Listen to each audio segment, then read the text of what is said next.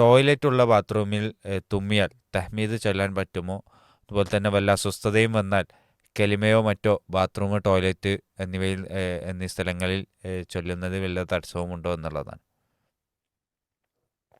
വിസർജന സ്ഥലത്ത് നമ്മൾ അള്ളാഹുവിനെ ഓർക്കുകയോ അതുപോലെ ബിസ്മി ചൊല്ലുകയോ മറ്റു പ്രാർത്ഥനകളെയോ ചെല്ലാൻ പാടില്ല എന്നുള്ളതാണ്. എന്നാൽ തുമ്മിയാൽ, നിസ്കാരത്തിൽ പോലും തുമ്മിയാൽ നമുക്ക് അൽഹംദുലില്ലാ പറയാം. അത് മനസ്സിൽ പറയാണ് വേണ്ടത്.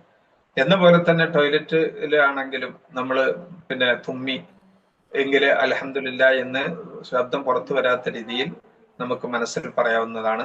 അതേപോലെ തന്നെ ഒതു എടുക്കുകയാണെങ്കിൽ, ഇപ്പൊ ബാത്റൂമിൽ നിന്ന് ഒതു എടുക്കേണ്ട ഒരു ആവശ്യം വന്നാൽ അവർക്കും അവിടെ ബിസ്മി ചൊല്ലുന്നത് നാവുകൊണ്ട് ചൊല്ലാതെ, ഉറക്കെ ചൊല്ലാതെ മനസ്സിൽ പറഞ്ഞാൽ മതിയാവുന്നതാണ്. ഉറക്കെ പറയുന്നത് വെറുക്കപ്പെട്ട കറാഹത്തായിട്ടാണ് പണ്ഡിതന്മാർ എണ്ണിയിട്ടുള്ളത്.